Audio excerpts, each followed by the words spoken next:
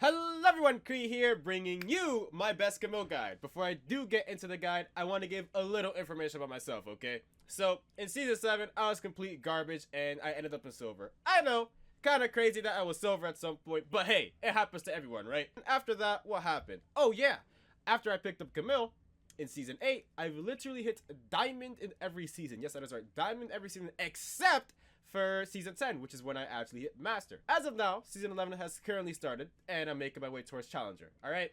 So, I hope this guide helps you, that way we can both hit our rank goals by the end of the season. Without further ado, let's get into the guide.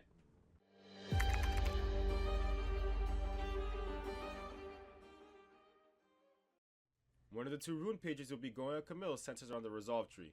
Grassy Undying, Shield Bash, second win if you're against someone who'll poke you, otherwise you'll go Bone Plating into Overgrowth, which can also be swapped out for Unflinching if there's a lot of CC on the enemy team. In the second tree you'll be going Magical Footwear and Biscuit Delivery. Grass works best for hard matchups. The second rune page you'll be going on Camille centers around the Precision tree.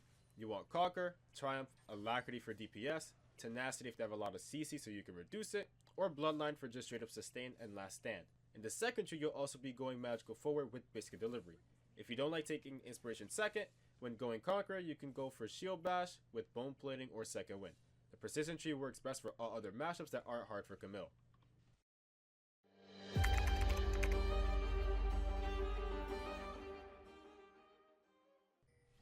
Now let's talk about some matchups. In this guide, I try to focus on matchups that might benefit you guys the most, such as skill matchups, hard matchups, range matchups, etc. If you have any questions about the matchups I didn't go over, feel free to ask me in the comment section below. Goddamn do I hate going against a good Fiora player. In this lane you'll basically only have 3 abilities, being your Q, W, and R. This is because you have to be extremely wary of her parry. Every single one of Camille's abilities is telegraphed, so Fiora can easily parry any one of them. What she parries is obviously up to her, but they generally only look to parry your E. Whenever you go for a W against Fiora, she should Q towards you, but if she doesn't, then this will make lane a lot easier. Auto Q2 trades are preferred in this matchup, as your Q2 proc should outtrade her Q auto E trade, assuming your passive shoot is up. Whenever going for an E against her, make sure you're dashing into half of her hitbox rather than directly at her. This will make it so you can easily sidestep the incoming parry stun. If at any given moment she ults you and you can just disengage with E, then do it. There's no reason to fight her when she's strongest if you have 4 vital procs on top of you. Last but not least, when fighting in your ultimate, hug your walls, that way she can't get all 4 vital procs to prevent her from out damaging and out healing you. Oh boy, big ol' Axeman. Before Season 11, Darius was one of the most disgusting champions you could go against, but now he's actually not so bad once you get Divine Sunder. In lane, what you want to do is avoid taking long trades that get him to 5 stacks. The moment he gets to 5 stacks and the trade is still going, you'll lose 90% of the time. Whenever he misses a Q or especially an E, go in for a trade since he'll be weaker and won't be able to retaliate with too much damage. Only use your ultimate to dodge his Q, as there's nothing else to dodge with your ult that will give you value when facing him. The moment you have Divine Sunder, you can 100-0 him, so feel free to go nuts.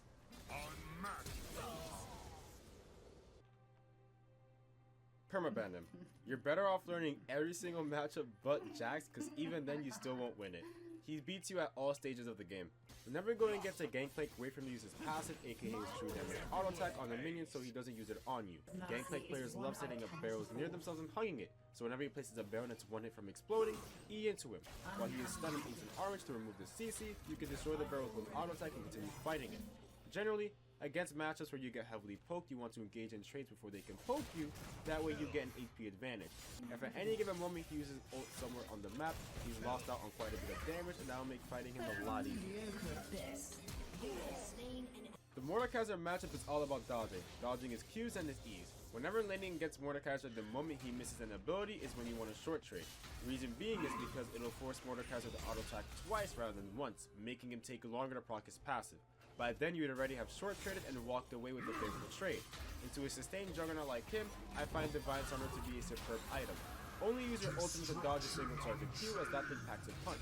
And finally, a healing cut should be bought at some point around mid game, as he sustains a ridiculous amount for no reason. This little house spawn of a rat named Teemo is extremely annoying to lane against. This is the only matchup where I actually max W. W maxing the Teemo will help you sustain, poke, and CS. This lane is simply about trying to survive, minimizing the poke you take while farming, as you easily outscale him in a 1v1 later on. If Teemo ever uses Q as poke, you can E into him as the blindness is about to wear off, so you can actually trade back with auto Q trade. The moment you pop your Q2, immediately disengage. When it comes to using your ult against him, try to dodge his blind. It's hard to do in melee range, but it pays off if you do. Make sure you buy a sweeper early on to avoid his shrooms. Why did Riot give this man a shield break? Honestly, I'll never know, but God is looking out for him, that's for sure. This matchup is all about paying attention to his Fury bar and cooldown. At any given moment he's at 0 Fury, you are stronger than him and can take a trade. The moment he's near 50 Fury is when you should be playing passive. Try baiting him into an empowered Q by walking in and out of range of it repeatedly, but if he doesn't budge, continue playing passive and farming with W. If there is a slow pushing wave towards you, this is the ideal moment for Renekton to avoid a Fury as the waves are against you. Simply let the wave crash under your turret as he won't have anything to hit, meaning his Fury will slowly but surely drop back down to 0. His ultimate gives a lot more combat stats compared to yours, so if you can avoid fighting in it, the moment he uses it, please do. However, the moment you have Divine Stoner, you can freely fight him during his ultimate, as his added max health provides you with more damage and sustain. Akali is an extremely annoying champion to lane against. She'll attempt to poke you with Q while simultaneously cutting you out. She can use Shroud to completely wet out your ultimate or even your Q2. Whenever Akali is low on energy, force her to use Shroud by aggressing, and the moment she uses it, walk away. The moment her Shroud falls off, she's momentarily weak, and this is your chance to make something happen. At any other moment, you'll simply be going for Q2 trades and W poke. Try not to all-in her when her Shroud is up unless you know it's free.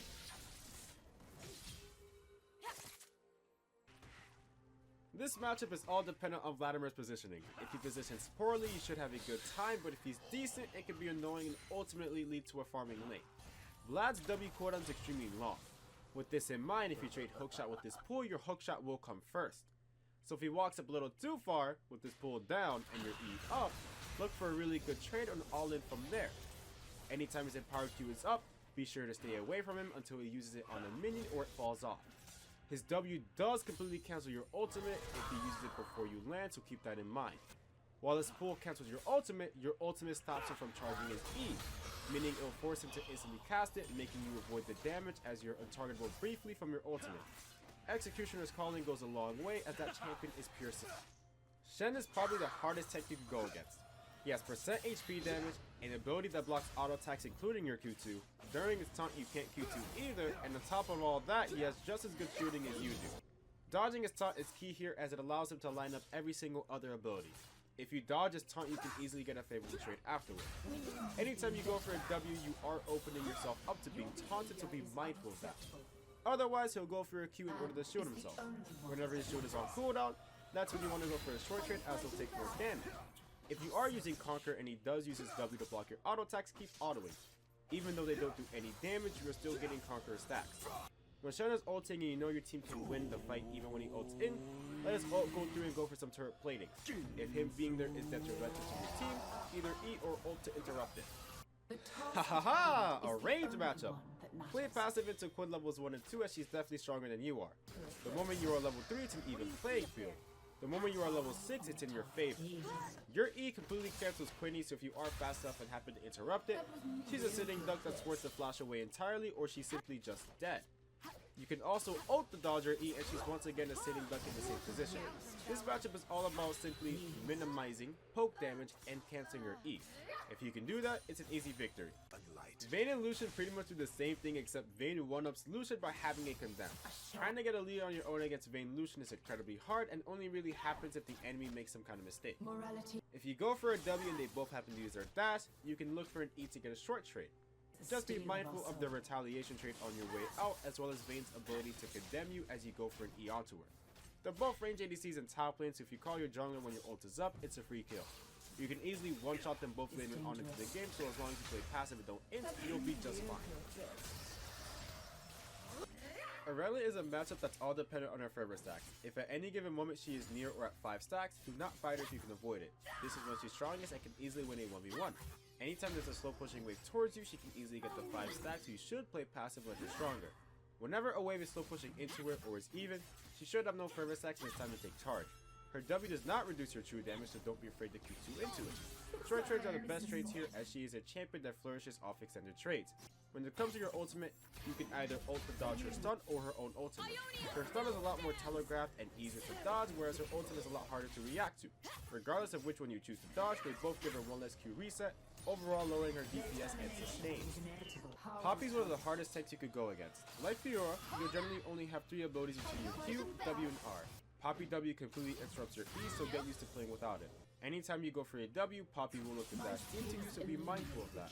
Make sure you're constantly carrying around her Qs with your own Qs, as you'll be getting movement speed to help you dodge them. Your E does interrupt Poppy E, so if her W is enough, look for that. Generally, when you're running a Poppy down, they'll try to ult you away, so be sure to save your ultimate to completely interrupt her ult, putting it on cooldown. You can also E as she knocks you away and it'll put you right back, though I find ulting is a lot more heartbreaking for the Poppy player in my opinion.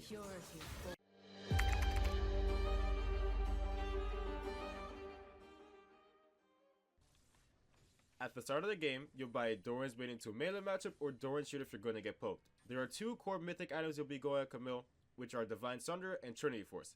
Divine Sunder is ideal to take your team comps or when you're against a Bruiser/Juggernaut, and Trinity Force is better to squish your team comps.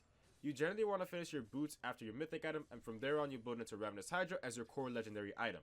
After you're done with your core items, everything else is situational. If you're getting blown up from all kinds of damage, you want to get a Cirque's Gauge. If the only issues are AD threats, then Death Stance is your next best item. Finally, you'll top off the build with their Guardian Angels. That item has always been good on Camille. Builds are not cookie cutter, so expect to change some items with going to different games. Other situational items will be Maul Mortius, Silvermere Dawn, Kempunk Chainsword, and Blade of the Ruined King.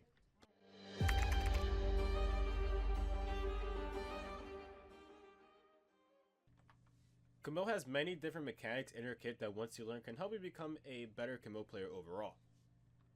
A simple auto cancel trade is auto Q1, auto Q2.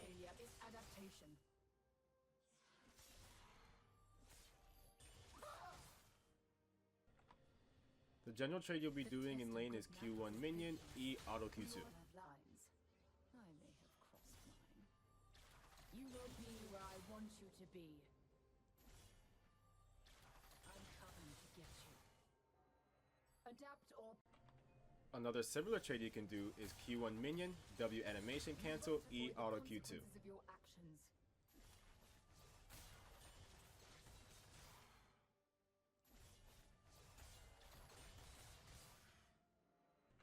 Obviously, if there aren't any minions around, you can E W, auto Q1, auto Q2. And a combo using all of Camille's abilities would be EWR, auto Q1, auto Q2. Camille isn't a champion that has that many combos to begin with.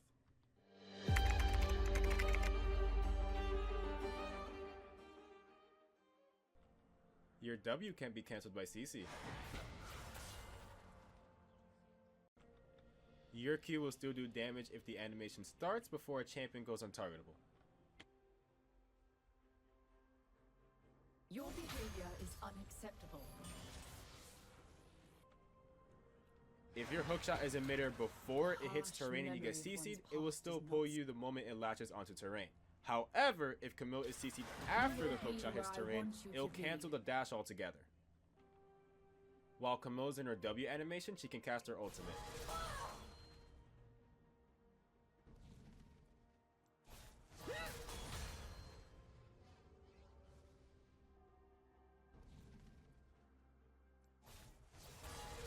For you, this will be over in a moment. Privilege must be preserved at all costs. As you are mid Q1 or Q2 animation, you can flash away and still get the damage off. Patience isn't a virtue, it is the virtue. I bargained my soul for the progress of Piltover. You can E during your W animation and vice versa.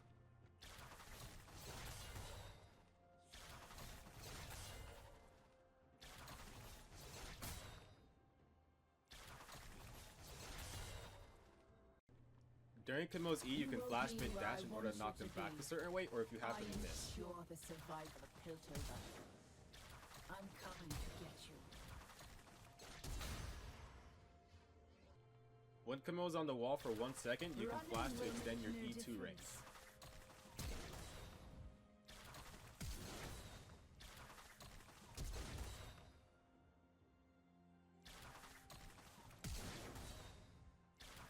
Only cowards run. The task at hand. You can cancel your Q1 and Q2 animation with R.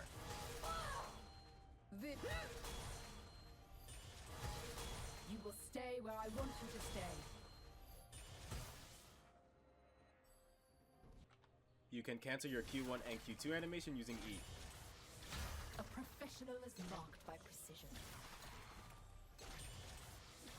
I'm coming to get you. Waiting yields the most reward. You can cancel your Q1 and Q2 animation using W. The trick is to be clever and quick.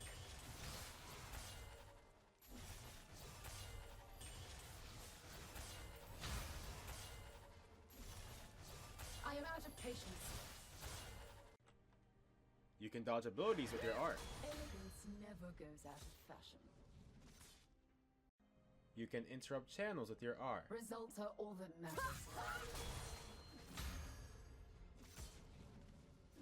Camille's a pretty good split pusher, team fighter, and an assassin. With auto Q resets doing tons of damage to turrets and a hook shot that takes you from base to dragon pit, you can get out pretty easily, which is why split pushing is so great on Camille. That being said, when no one can 1v1 you on the enemy team, split pushing is a great thing to do. When Baron is up and you have TP, split push bot lane to bring someone down. Once you win them 1v1, you can then look to TP to 5v4 at Baron or continue split pushing and taking turrets. If your team is struggling while you're split pushing, then it's best you just stay grouped and look to one-shot targets, be it the ADC or whoever the carry is. You can easily play front to back as well, since you'll be doing a good half of a tank's HP in true damage. With the damage that sits in your kit, you can also just sit in bushes and look to make picks with your ult, since it prevents people from running away. And that is it for my Camille guide. I hope you guys enjoyed, and that it helped many of you on your Camille endeavors, because, well, if it didn't, then it's a pretty bad guide, right? Anyways, if you have any questions, feel free to ask them in the comment section below, because I'll be very happy to actually answer them, alright? Also, it would have mean a lot to me if you guys actually hit that like button, because, well, a lot of work actually went into the making this guide, so, you know, share the love, alright? Anyways, you can also feel free to subscribe, as there will be daily content as well as Twitch streams 5 days a week, and my Twitch link is located in the description below, alright? Anyways, that's it for me, so bye-bye!